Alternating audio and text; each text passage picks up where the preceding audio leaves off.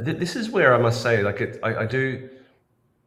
It's a very philosophical discussion about what era of photography is kind Yeah, of the best era. At what era yeah, did we peak yeah. as a human race in the photography department? And I would argue, and let's have a beer and talk about this. I would argue that by the late 70s, we had, I say we as a group, I was watching cartoons at that point in time, but like, as a group, we had learned all the best things, how to tell stories through sophisticated filmmaking, but not pushing it too far. It feels like that was kind of the apex. Again, I'm happy to be discussed about this. It feels like that was the apex of the learning process, and that everything from there was people either trying to make it better, which never did. It was always like it was more colorful or it was more whatever.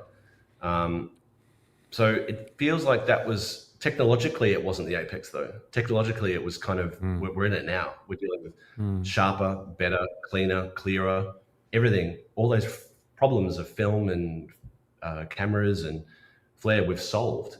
Um, and so I guess sometimes trying to put some of those back. This is where in that sequence, that was an alpha, that was an ARRI alpha lens. But we had the option in that sequence, and I saw a question here about why do we use the Helioses, Hmm. and we use the Helios sphericals because for a couple of reasons. I think they're incredibly good lenses. That they're beautiful. They fall off, and the quality is stunning. We had them as crash lenses, but ultimately we used a lot of these lenses for real. Like this, the shot of Colin in the foreground and him starting to come through the fire, that was a Helios. I think maybe it was a Jupiter 85 on a 65 mm camera, but we used it because they were better, because they were better for that shot and that sequence.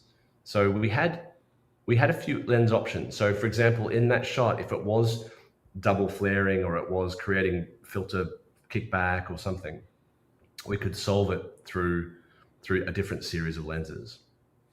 So yeah, control. It's all about control. I mean, Mm. film is, again, it's more controlled than any other film I've ever done. You think there's a danger of the technology leading the process? Yep, I mean, there's that's what you're 100%. saying basically about the development of movies and movie making to the 70s.